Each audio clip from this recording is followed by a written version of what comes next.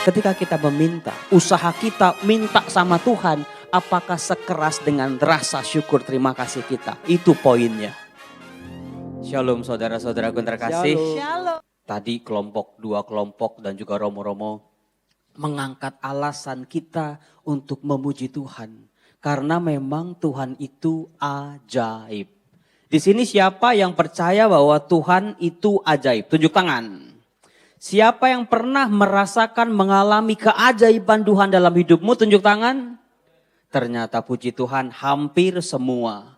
Apakah ada dari antara kita ragu-ragu? Apa iya waktu itu kan hokinya aku. Itu kan gara-gara bisanya aku. Bukan karena keajaiban Tuhan. Saudara-saudaraku yang terkasih. Tuhan kita memang Tuhan yang ajaib. Yang juga ajaib dari Tuhan adalah ternyata cara kerja Tuhan dalam menjawab doa-doa kita. Tuhan yang maha kuasa, Tuhan yang maha segalanya, Tuhan yang maha bisa apapun. Kita sering kali bertanya, Tuhan kenapa sih Engkau enggak langsung aja menjawab ketika kita berdoa? Betul? Katanya ajaib, katanya maha besar, katanya maha kuasa. Saya berdoa hari ini udah tunggu setahun, 2 tahun, sebulan, 2 bulan. Sampai 10 tahun kenapa? Belum juga dikabulkan.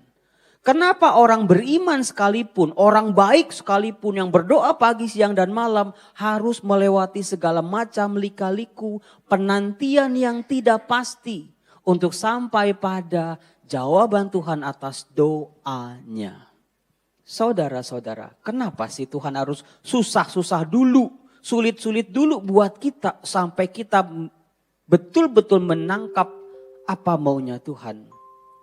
Percayalah saudaraku, tidak ada sesuatu di dunia ini yang gampang, yang murah, yang mudah didapat itu dihargai oleh manusia. Betul enggak? Semua yang gampang, yang ya kita dapatnya enggak pakai usaha. Seringkali itu semua menjadi sia-sia belaka. Mudah sekali dilupakan.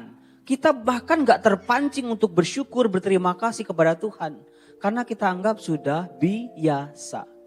Tapi kalau sesuatu yang betul-betul kita perjuangkan, betul-betul kita usahakan dengan doa, novena, usaha, perbuatan baik dan lain sebagainya. Baru ketika Tuhan kasih, terima kasih Tuhan sampai nangis-nangis segala macam.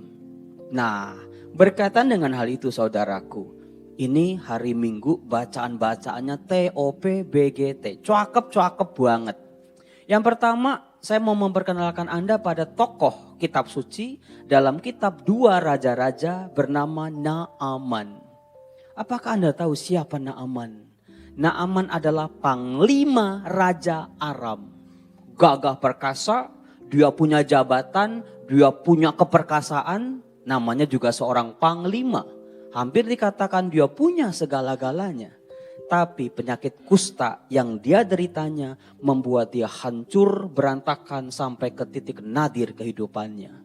Siapa di sini? Terutama Anda juga yang di rumah yang pernah mengalami nasib seperti itu. Apakah itu sebuah nasib yang mudah untuk diterima begitu saja? Tetapi belajarlah dari Naaman. Ketika pembantunya datang kepada dia memberikan sebuah petunjuk, di sana ada abdi Allah. Dia pun ragu-ragu. Sama seperti kita. Selalu memulai dengan keraguan. Bahkan saudara-saudara, ketika Naaman sampai ke hadapan Nabi Elisa, dia pikir dia disuruh melakukan hal yang besar-besar. Tetapi ternyata cuman disuruh mandi di sungai Yordan. Di situ dia marah, di situ dia kecewa. Emangnya enggak ada apa sungai-sungai di Aram? Kok kenapa aku udah jauh-jauh, udah dengan pengorbanan, datang dari tempat yang jauh, di sini cuma suruh mandi di sungai Yordan. Bahkan Nabi Elisanya aja enggak mau keluar, enggak mau menemui. Dia kecewa. Dia lebih suka kasih ke sesuatu yang berat. Supaya dia tambah yakin. Ini bukti sesuatu yang gampang, sesuatu yang mudah seringkali tidak dihargai. Disuruh mandi di sungai Yordan, dia marah. Saudara-saudaraku yang terkasih, inilah wajah manusia. Demikian pun dengan 9 orang kusta yang kita baca dalam bacaan Injil. Mereka ini tidak menyadari Tuhan Yesus bekerja dalam dirinya. Maka izinkan saya saudara-saudara untuk membongkar ada beberapa kualitas iman yang dimiliki oleh 10 orang kusta ini. Dan hanya satu yang pada akhirnya mencapai level sempurna. Mungkin selama ini kita mendengarkan renungan, kita hanya berfokus pada satu orang kusta yang kembali kepada Yesus. Fakta yang tidak bisa dipungkiri adalah semuanya sembuh. Wow. Semuanya sembuh. Ada apa di sini? Kalau kita lihat dikatakan dalam Injil Lukas bab 17. Ketika Yesus berjalan melewati desa-desa di Samaria, datanglah 10 orang kusta. Mereka dikatakan berdiri agak jauh. Berdiri agak jauh. Buat saya itu sesuatu, sebuah pesan yang mau disampaikan kepada kita. Apa yang harus kita lakukan sebelum doa kita betul-betul dijawab oleh Tuhan. Berdiri agak jauh, mereka sadar dirinya. Kalau sampai tersentuh sama Yesus, guru besar ini. Tersentuh bayangannya, Yesus akan menjadi najis.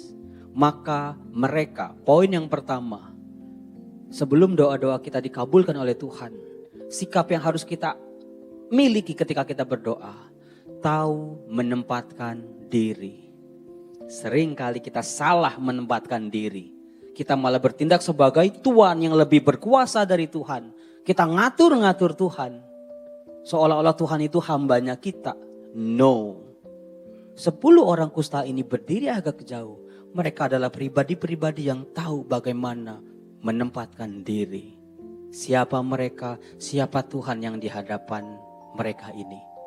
Lalu yang kedua, dikatakan, lalu mereka berteriak. Tolong dicatat ini betul-betul di kitab suci Anda, garis bawahin tebel-tebel. Mereka berteriak. Emang gak bisa ngomong biasa aja? Sebab kalau mereka bisik-bisik atau ngomong biasa aja, mungkin gak kedengeran karena mereka berdiri agak jauh. Situasi mereka yang membuat mereka harus agak jauh. Untuk mengatasi kelemahan, kekurangan, apa yang masih kurang dalam diri mereka. Mereka mencoba mencari usaha dengan cara berteriak. Apa yang masih kurang coba dilengkapi dengan apa yang masih mereka miliki. Itu yang harus kita miliki ternyata. Sebelum doa-doa kita dikabulkan oleh Tuhan. Karena seringkali kita, ya doa kita standar-standar aja. Ya misa cuma seminggu sekali aja jadi orang Katolik. Ikut retret ya mungkin 5 tahun sekali. Ikut di lingkungan ya kalau terpaksa. Seringkali iman kita cuma standar aja. Belajarlah dari 10 orang kusta ini.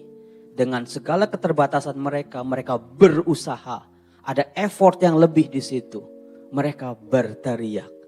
Jadi di sini kita bisa lihat nih jejak-jejak orang kusta ini gak main-main. Kemudian poin yang ketiga, mereka berteriak apa? Yesus guru, kasihanilah kami. Saudara-saudara jujur mereka gak jelas minta dikasihani apa. Minta duit kah?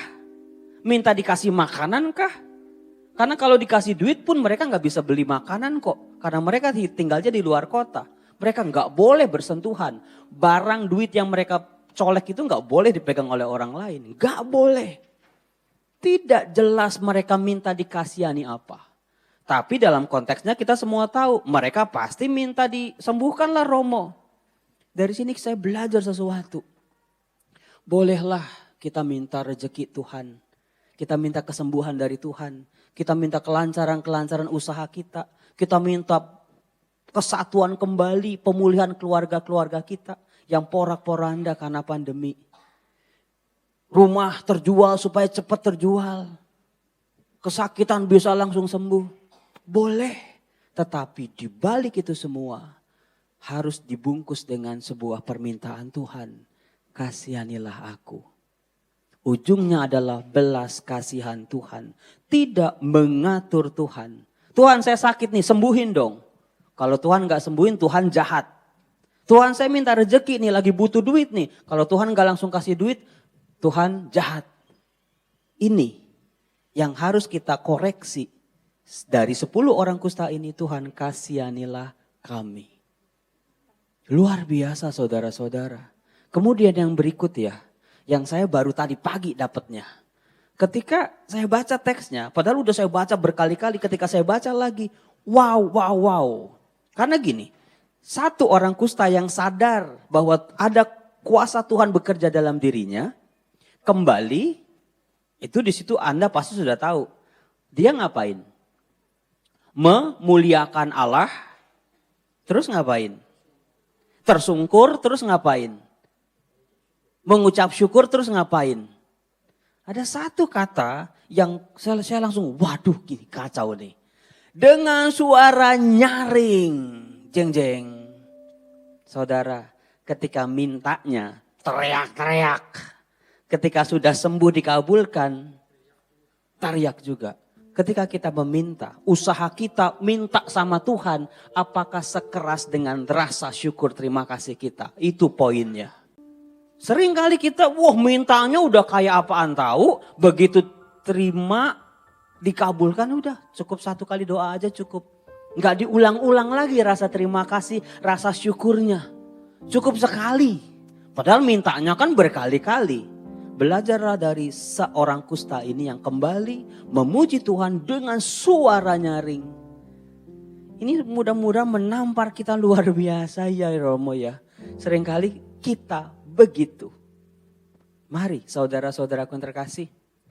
Poin yang terakhir adalah dengan tidak kembalinya 9 orang kusta. Ternyata mau digarisbawain adalah bukan soal kesembuhan.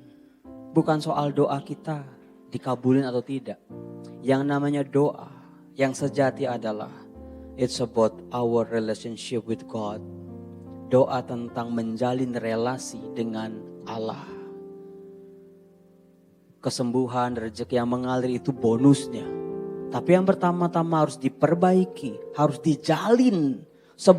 Bahkan sebelum Tuhan mengabulkan doa-doa kita. Jalin relasi yang baik. Gandeng tangan Tuhan setiap hari. Jadikan Tuhan sebagai pegangan kehidupan kita. Kita ini milik Tuhan. Kita dipelihara oleh Tuhan. Kalau engkau yang jahat tahu bagaimana memberikan yang baik kepada anak-anakmu, apalagi Bapamu yang di surga. Kalau kita sudah ada relasi dengan Tuhan yang luar biasa, Tuhan tahu kok apa yang kita butuhkan, kapan dan bagaimana, dengan cara apa. Maka saudara-saudara sebagai penutup, ada sebuah lagu yang menurut saya ini bagus banget, yang selalu terngiang-ngiang akhir-akhir ini. Di balik semua perjuangan, tangis, air mata kita, doa-doa, usaha kita. All in all, Jesus. You are my strength when I am weak.